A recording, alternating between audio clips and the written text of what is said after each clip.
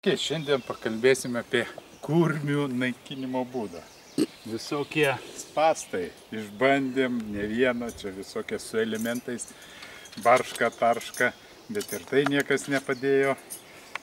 Kaimynas irgi sakė, 3 metus gaudė su spastais, kol pagavo vieną kurmį per 3 metus, bet jis man patarė vieną gan paprastą ir veiksmingą būdą, kuriuo norėčiau pasidalinti. Tai yra paimti 2,20, susirasti, aišku, galima sakyti, tai fazė arba nulis, bet geriausia aš pajungiau abudu strypus.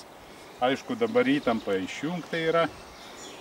Jos įkišam, geriau, aišku, su pirštinėm, dėl saugumo sumetimais. Štai dabar išjungta, mes įjungiam elektrą. Va, čia pasižiūrim, kad būtų, tai su kontrolinė lemputė uždėjus patikrinsiu, ar tikrai ant strypų ateina įtampa.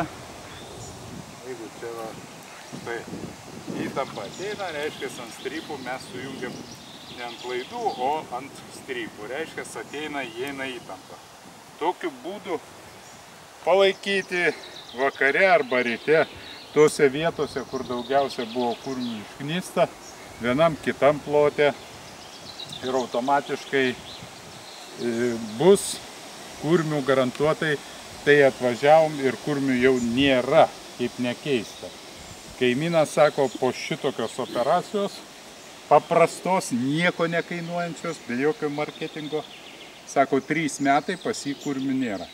Mes, jo technologija, dėkui Rimui, iš Vagogalos, Zapyškio, šią technologiją pabandom patys ant savo kailio ir nežinau, ar taip ant 3 metų čia bus, tų kurmių nebus, ant kiek, bet bandysim įsitikinti.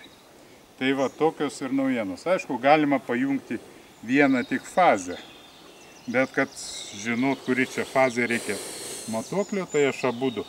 Principė, stumas visiškai nereiškia, jis tikrai neužsitrumpina, kad ir arčiau pajungus, nesvarbu. Aš į duobės įkišau, tiek gan ir užtenka, bet po pirmo karto jau mes po 2 savaičių atvažiavom, ne vienos duobelės nebeliko kurmių iškastų. Tai va, tokias naujienas. Tiek ir norėjom pasakyti. Tai ačiū už dėmesį. Tai viskas bus įkelta į YouTube ir nemokamai dalinkimės tokiais paprastais, genialiais atradimais ir išradimais, kurie nieko nedaro. Dėkui.